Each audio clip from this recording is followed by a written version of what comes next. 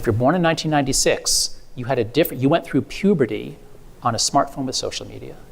Whereas if you were born in the early 90s, you didn't get that until high school or even college. So Gen Z is birth year 1996 and beyond, and they are very different from the millennials because they have much worse mental health, and I believe, and I try to show in the book, it's because you can't go through puberty on a smartphone and social media. You have to be talking, playing, arguing, fighting, falling in love, flirting, all that stuff. And most of that gets taken out when kids are doing this 5 to 10 hours a day. Thanks. Okay, so what the book is really about, it's not just about phones and social media. It's really about the great rewiring of childhood. What is childhood? It's not just a period where your body grows and then you become an adult. Childhood for mammals is about play. All mammal babies play, and they take risks, and they run and jump, and they go explore, and they move away from their mother where they could get eaten. But you have to take risks to become a self-supervising, to become an independent adult. You have to take risks and try out independence. So that's the way it always was. But beginning in the 1990s, we Americans begin to freak out. We stop trusting our neighbors. We're afraid that if you let your kid go to the next aisle in the supermarket, they'll get kidnapped, we thought. That never, ever happened. Well, all right. There was one sort of case that was a little bit like that, and that was at one case. And the whole country freaks out. We start locking our kids up, not giving them independence. So we take away the play-based childhood kind of gradually between 1990 and 2010. It's shrinking, the degree to which kids had independence outside. Okay, that's part one. But then this incredible series of technological changes happens in a very, very short time. The early internet was amazing. Millennials loved it. They came out very healthy. The iPhone was amazing. It was just a digital Swiss Army knife. It wasn't dangerous at all. But then in a short period of time, you get push notifications, the App Store, and now the phone is pinging you a lot. In 2010, you get the first front-facing camera. Before then, you use your camera to take a picture of someone else. After 2010, now the girls especially are taking constant selfies. Now you get, Instagram is invented then, and Facebook buys it in 2012, and that's why 2012 is the year that the girls move their social life onto Instagram. And I can't prove this, but I suspect that that's why we see such sharp curves for the girls. The boys are a little more slow, but the girls, it's like everything's fine, and then boom, 2012, 2013, it's off to the moon.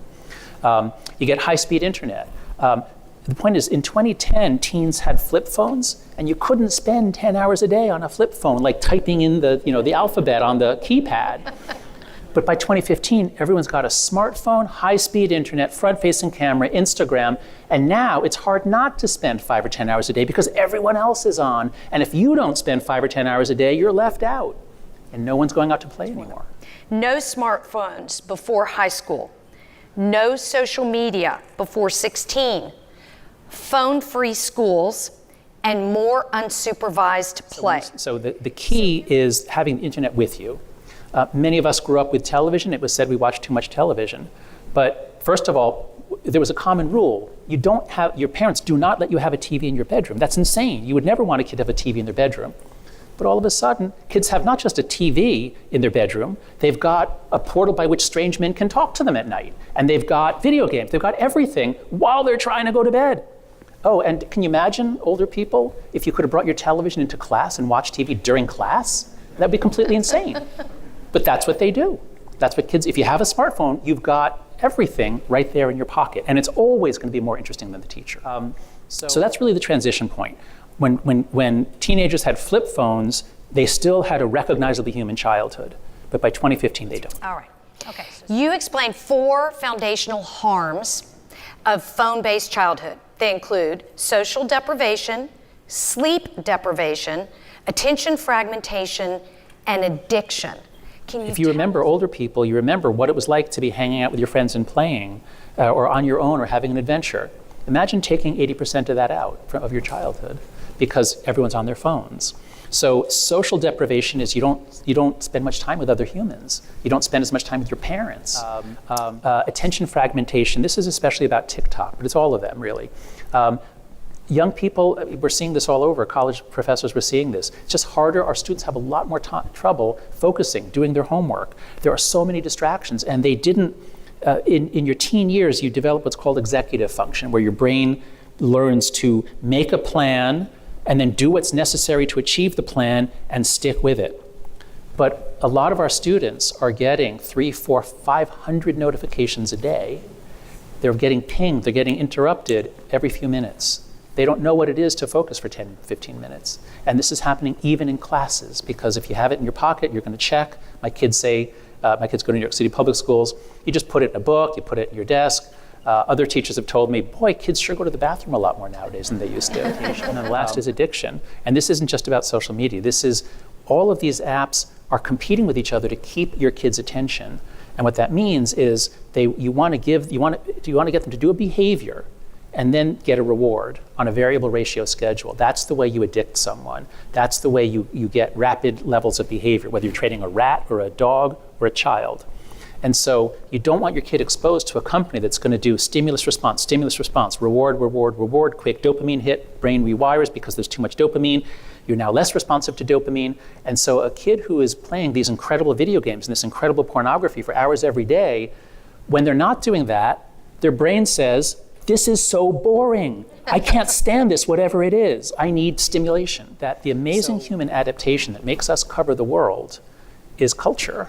We are cultural creatures. We learn, and where do we get our culture from? From our elders. Culture has always been transmitted from one generation down to the next with modification. Kids need to be enculturated. All traditional societies have initiation rites. The kids are learning not from their parents. Initiation rites are never guided by the parents. It's always other. If you're a girl, it's going to be other women in the community. If you're a boy, it's going to be men in the community. They're socializing even how does a girl become a woman? How does a boy become a man? Imagine if we cut all that off. How about no more of that? No more intergenerational learning. Let's just have kids hook up to random weirdos on the internet who are selected by algorithm for their extremity, and let's have them watch that for 5 hours a day. That's their socialization? So slow growth childhood means we have a long period for cultural learning. And the most intense period of cultural learning seems to be about age 9 or 10 to about 14, 15. And that's exactly when American kids stop paying attention to the world around them and hook their eyes up to a fire hose of garbage, frankly. So you really want your kids in their teen years to develop the ability to focus and guide their own behavior. You don't want to hook them up to a company who's literally paying its engineers bonuses if they can keep you on longer. That is literally what Meta did in the 2010s. Bonuses if you can keep them on longer. New states. Parents are ready to go. Teachers despise the phones. Teachers are quitting in droves because for years they can't get through to the students. So phone-free schools is really a no-brainer. Just as we wouldn't allow kids to bring in their television set and VCR and trumpet and painting kits into class and sit there with their, it's just insane that they can do that with a phone. And so I have never heard of a school that went phone-free and regretted it. I've put out calls on Twitter. Can anyone find a school anywhere that got the phones out and said, wow, that was a mistake? Whereas conversely, whenever there's a story about a school that went phone-free, I know exactly what it's going to say. It's always going to quote someone saying, we hear laughter in the hallways, and we haven't heard that in 10 years. Because when the phones are allowed in school, and especially what a lot of schools do is, we ban phone use during class. You have to put your phone in a phone caddy in the front of the room. So all the kids come in, they put their phone in a phone caddy, and then they sit and pay attention to the teacher. Are you kidding me? They're thinking about what's happening on the phone. They're addicted to it, and as soon as you're 5 minutes from there, they're thinking, like Pavlov's dog. I mean, you're ready to go. You got to get the phone, and then you run, you get the phone, and you only have 5 minutes between classes, so you got to scroll. So the only way to do this is bell to bell. Now, what happens when they start bringing their smartphone to class? What you see on the playground is you see a lot of kids are sitting, either they're alone on their phone or they're sitting in groups looking at the phone, but they're not running around. They're not nearly as social. They were play deprived. They had a small block which they could have played, but the phone takes that time. So school becomes a play-free zone, which is so sad. So it's vital that it be bell to bell. You must not, if the students say, but can't we have it at lunch? No. The point of lunch is to actually eat your food, not just, wolf it down and get back on your phone. The point of lunch is the social skills. And this is something that employers comment on all the time. I teach in a business school, and I always ask, how are your Gen Z employees doing? And the employers have so many problems. One of them, they say, is they have such poor social skills. They don't look you in the eye, especially the boys. So the lunchtime without phones is so good for the kids. lunchtime with phones is bad for the kids. But give it a month, that's the thing. But the he's fine students with think that. it's going to be bad, but what the students discover within a couple of weeks is, wow, I can actually talk with other kids. Because kids are so lonely these days. This is one of the most striking things. Levels of loneliness shot up in 2012. Again, there was no change until 2012, and then here's where the boys actually go up a little bit more. They're so lonely because when you're connected to 200 people, you have no time for anyone. And that's what happened to our kids. So phone free from bell to bell, they can actually connect. Wonderful. But we have to do what is best for the kids, not what's best for our feelings in the moment. And the school security experts all say the same thing. When there's an emergency, the last thing you want is every kid pulling out their phone and saying, "Bye, Mom, I love you." What you want is the kids to do what they drilled to do. There are reasons why we have security protocols in place. And so the security experts say, keep quiet, follow directions. The teacher has a phone. Well, the teachers will always have phones. So it's a natural parental response to want to call instantly, in part because we've been connected to our kids from the moment we cut the umbilical cord, we stay connected to them. And we have to learn to let go and trust that in the school, they care about the kids and they're doing what's best for the kids. So it's hard for us, but we have to do what's best for the kids. You compare fragile children to fragile trees. I loved that. That was very helpful for me to visualize. Can you tell us that story? Because I'd love other people to share in that. And can you challenge us? Because I'm going to raise my hand as being one of those overprotective mothers. And we're protecting out of love. But tell us how we can maybe be a little less protective of our kids. So the key concept here is a word called anti-fragility or anti-fragile. Some things are fragile. You wouldn't let your kids play with a wine glass because if they play with it, it'll break. Nothing good happens. So we give them sippy cups, which are plastic, which is resilient. But if they drop a sippy cup, it doesn't get better. It just doesn't break. And there are certain systems, biological systems mostly, that actually get better when you drop them. So the immune system is the classic example. If you protect your kid's immune system, I don't want any bacteria or dirt or germs to get to my kid's immune system, then the immune system can't develop. Our evolution requires kids to play in the dirt, sample what's around, the immune system tunes up. So the immune system is anti-fragile. Our bones and muscles are anti-fragile. The story about trees is a funny one. There was older people remember there was a thing called the biosphere experiment in the 1990s where they tried to have an enclosed environment that humans could live in and use all the same oxygen and water because someday we'll have to do that on Mars. So they planted it and they planted the trees. The trees in the tropical rainforest part, they grew quickly, but then they fell over for no reason. And it turns out that the designers forgot to include wind.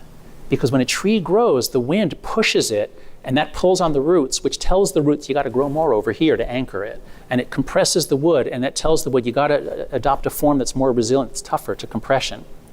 And if you take it easy on the tree, then it doesn't get strong. And if you take it easy on your child, if there are never any challenges, if they're never excluded, if they never take risks, if they're never afraid, they don't learn how to manage their own life in a world that has some risk.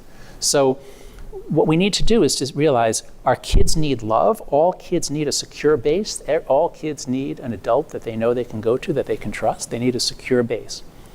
But the point of the base is not to keep them safe for 18 years and send them off to college. Please don't send your kid to me at NYU if you did that. The point of the base is that the kid has a safe place to come back to when they go on their off-base excursions. That's why we have this long childhood. That's why baby kittens and dogs, they don't just play right by the mother. They explore, they climb up trees, they do all sorts of things, gradually going further and further away. And that's what you want. It's painful, perhaps, but that's, being a parent means ultimately letting go. So once you realize that kids are anti-fragile, that they need to go out and sometimes bite off more than they can chew, sometimes climb too high on a tree, sometimes get afraid, sometimes get lost, and discover that they can actually ask for help and get back.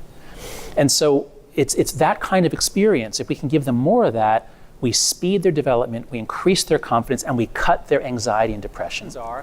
Find something, so talk to your parents and find something that you can do with your parent that you've never done before, with your parents' permission, but without your parents.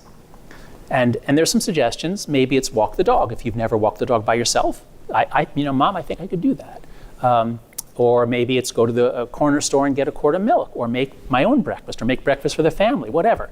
You come up with something, and then the parents agree, and then the parents sit back, and then the kid does it. The kids love it, and it doesn't just have anti-anxiety effects on the kids. The more important effect, I think, is ultimately on the parents, because we're all so anxious when we let our kids out of our sight the first time. And what I found, what my wife and I found, is then the first day we let our son walk to school alone, we were really nervous. I mean, we wanted to run after him and make sure that he could cross the street. But he's so good at crossing streets and riding subways, and he understands it all. But by the third day, we weren't anxious anymore. And that's just straight, behaviorist conditioning. The way to get over anxiety is to experience it. And then nothing bad happens, and the next day it'll be less. So our parents raised us with a lot less anxiety, and we had fun and we had adventures. We have so much anxiety, we're not letting our kids grow.